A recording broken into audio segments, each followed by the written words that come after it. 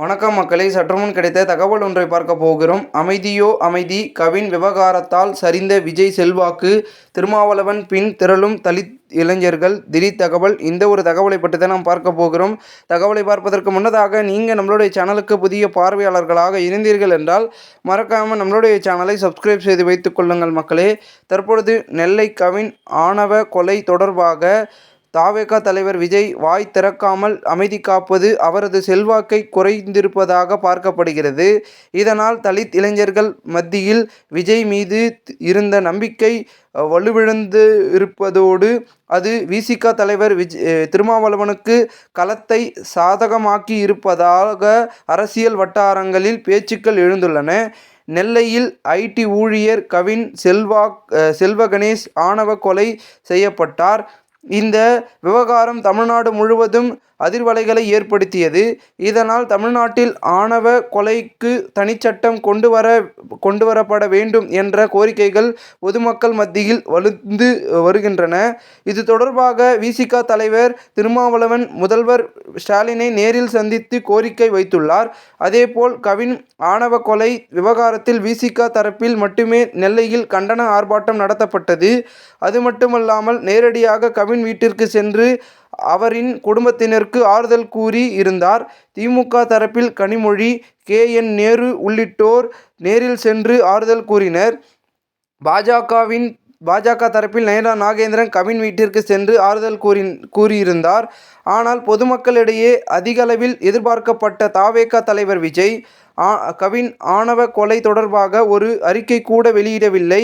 Thiruppuvanam Ajithkumar lockup மரணத்தின் போது அவரது வீட்டிற்கு திடீரென சென்று விஜய் குடும்பத்தினரை சந்தித்து ஆறுதல் தெரிவித்திருந்தார். அதேபோல் கவின் குடும்பத்தினரையும் நேரில் சந்திப்பார் என்று எதிர்பார்க்கப்பட்டது. இதுவரை விஜய் ஆணவ கொலை தொடர்பாக வாய் திறக்காததால் அக்கட்சியினர் மத்தியிலேயே விமர்சனங்கள் எழுந்துள்ளன. இடையில் இடைசாதிகளின் ஆதரவு போய்விடுமோ என்ற அச்சத்தில் விஜய் ஆணவ கொலை குறித்து பேசவில்லை என்றும் விமர்சிக்கப்படுகிறது. இதனால் திமுக மற்றும் அதிமுக ஆகிய கட்சிகளுக்கு எந்த வகையிலும் விஜய் மாற்று என்பது கேள்விக்குறியாகி இருக்கிறது. இந்த விவகாரத்தில் விஜயின் மௌனம் திருமாவளவனுக்கு செல்வாக்கை அதிகரித்துள்ளது. விஜய் கட்சி தொடங்கியதில் இருந்தே அதிக அளவில் தலித் மக்கள் மத்தியில் விஜய்க்கு ஆதரவு இருந்து வருகிறது. குறிப்பாக விழுப்புரம், கடலூர், தர்மபுரி உள்ளிட்ட வட மாவட்டங்களில் விஜய் கட்சியில் ஏராளமான இளைஞர்கள் இணைந்து கொண்டனர். இதனால் விசிகாவின் செல்வாக்கு வங்கியில் சேதம் ஏற்பட்டுள்ளதாக சொல்லப்பட்டது. ஆனால் கவின் ஆணவ கொலை விவகாரத்தில் திருமாவளவன் நேரடியாக இறங்கி தலித் மக்களுக்காக போராடி இருக்கிறார். அஜித் குமாருக்காக களத்தில் வந்த விஜய் கவின் விவகாரத்தில் ஒரு அறிக்கை கூட வெளியிடாதது ஏன் என்று தலித் மக்களிடையே விவாதமாக எழுந்துள்ளது.